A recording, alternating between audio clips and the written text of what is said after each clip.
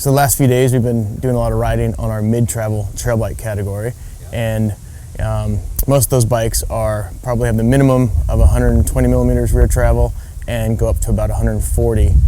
We've been riding the Santa Cruz Hightower C29, the S build, which retails for about almost $4,600, just under, and they have it features the C carbon frame, and that's just slightly heavier than their CC carbon frame, but about a half a pound. You know, this bike, the Hightower C29, it has 140 millimeters front travel and 135 in the rear, which is an extremely popular and capable category of trail bikes right now. But what makes it, kind of stand out is its ability to accept the 27.5 plus wheels. And how do they go about making that possible? So they do a flip chip in the, and I guess what would it be, the rocker plate? Yeah. The rocker link. Yeah, the rocker link. Yeah. So they have a flip chip in the rocker link, so you can set the bottom bracket a little bit lower for the 29-inch setup, a little bit higher for the 27 plus. And then you change the fork travel by 10 millimeters. You run a 150 fork with the 27 plus and a 140 fork with the 29. I got the sense that you guys had some hang-ups on this thing. Well, I mean, in a literal sense, yes. Yeah, there you go. I mean, I did feel some pedal feedback more than on other bikes that we rode in this category. And we're riding in this trail at Kessler Mountain here. It's in Fayetteville, in Arkansas here.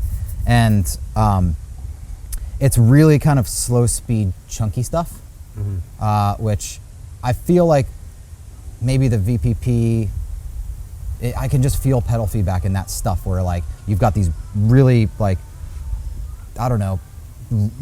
energy robbing obstacles all over the place. You'll be coming hot into a section and then you'll have to hit the brakes real hard and then start pedaling over stuff like trials style, And on those kind of sections, I felt that's when I could really feel that the pedals backing out, pulling against me. So specifically, when you say pedal feedback, that could mean anything. That could mean squat, or that could mean the kind of weird inchwormy feel. It's the bike is trying to pedal. I mean, it's like yanking on my pedals backwards as it's going through the suspension mode. And I experienced the exact same thing. And I think that it's a combination. Well, I know Santa Cruz has been done a lot of revisions to the VPP to kind of reduce that effect of that design. However, I think it's just the nature of the terrain. When you're constantly pedaling over rough stuff, you never get up to speed and coast over the rough stuff. You're always pedaling over it, and that is when I felt the exact same thing that Ryan described.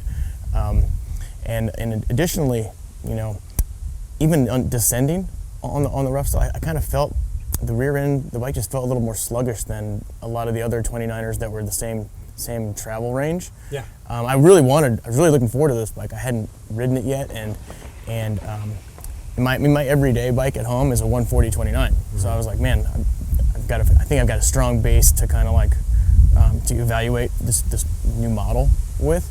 And I was a little disappointed in its sluggishness and just didn't feel too snappy. I don't know what it is. If it's not long and not super slack, I don't know why I couldn't get it to corner as I wanted it to. I mean, actually going downhill on the rough stuff, the bike, it was extremely stable, and it did just plow through everything. And it's well spec'd with you got the Maxxis Minion, DHF front and the DHR rear. Obviously, some of the most versatile and proven tires out there. So, and that's rad that they put those tires on. I mean, that shows their kind of commitment to this is a little bit burlier 29er.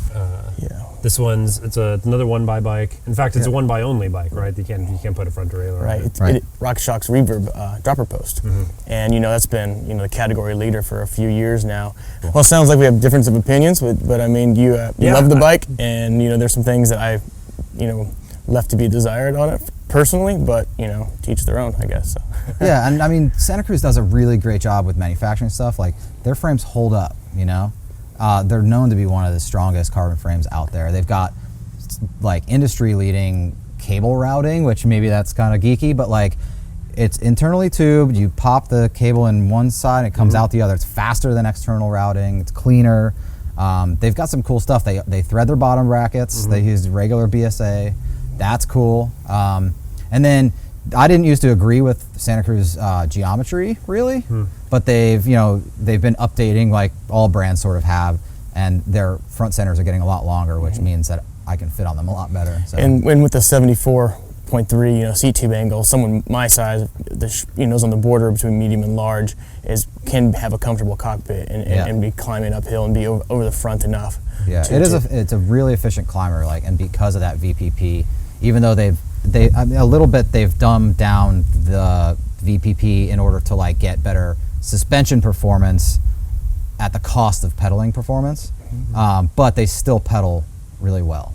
As soon as you put on the gas, the rear end sort of firms up a bit and then scoots uphill pretty well. So you never really have to use the platform on the shock, which is nice. Right.